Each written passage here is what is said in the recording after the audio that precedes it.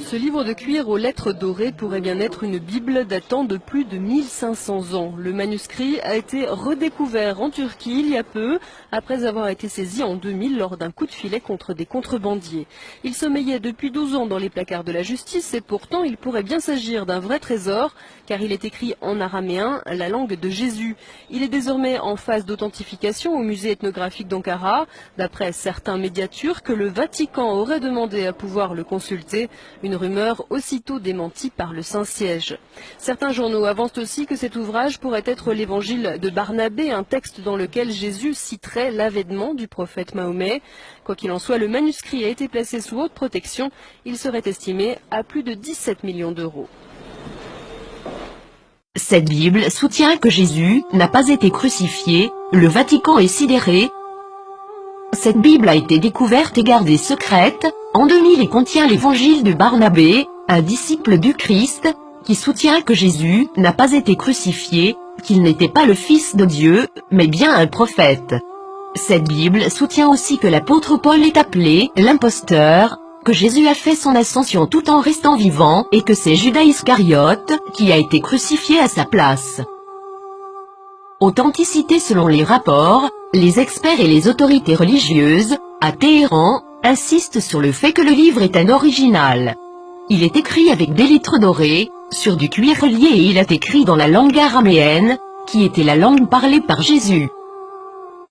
Le texte principal maintient une vision similaire à celle de l'islam, contredisant les enseignements du Nouveau Testament de la chrétienté.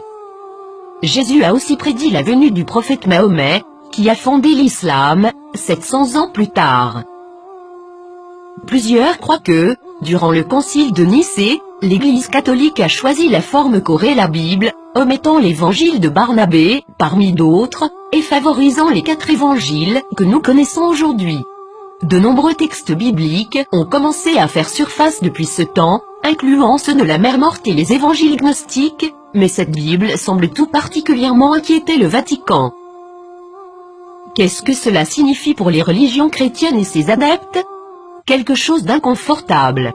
Le Vatican a demandé aux autorités turques de pouvoir examiner le contenu du livre.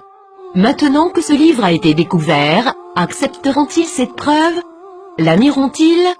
L'appelleront-ils un mensonge musulman, comme l'a fait le magazine Trut en 2000? Pour plusieurs, ce livre est un rayon d'espoir et les croyants réaliseront bientôt que l'objet de leur adoration est arbitraire et que tous les textes, spécialement les textes religieux, sont sujets à l'interprétation. Qu'est-ce que cela signifie pour les athées, les agnostiques, les penseurs séculiers? Ce texte est-il réel? Est-il contrefait? Est-ce important? Nous pouvons espérer que cette nouvelle inspirera les religions à se poser des questions, au lieu de pointer du doigt et de tout croire aveuglément. Ne commencez pas à clamer à tous, je te l'avais bien dit. Le plus grand danger de la foi se présente lorsque les gens croient ce qu'ils veulent croire, défendant cette croyance malgré toutes les preuves du contraire, spécialement si les preuves apportées révolutionnent les bases de cette croyance. Et le grand coupable, dans tout cela, est le piège de l'ego, rejeter, critiquer les autres parce qu'ils ne sont pas comme vous. Durant des siècles, la défense de la foi aveugle a mené les nations à la guerre, à la violence, à la discrimination, à l'esclavage et à une société d'automates, et tout cela a été justifié par des mensonges.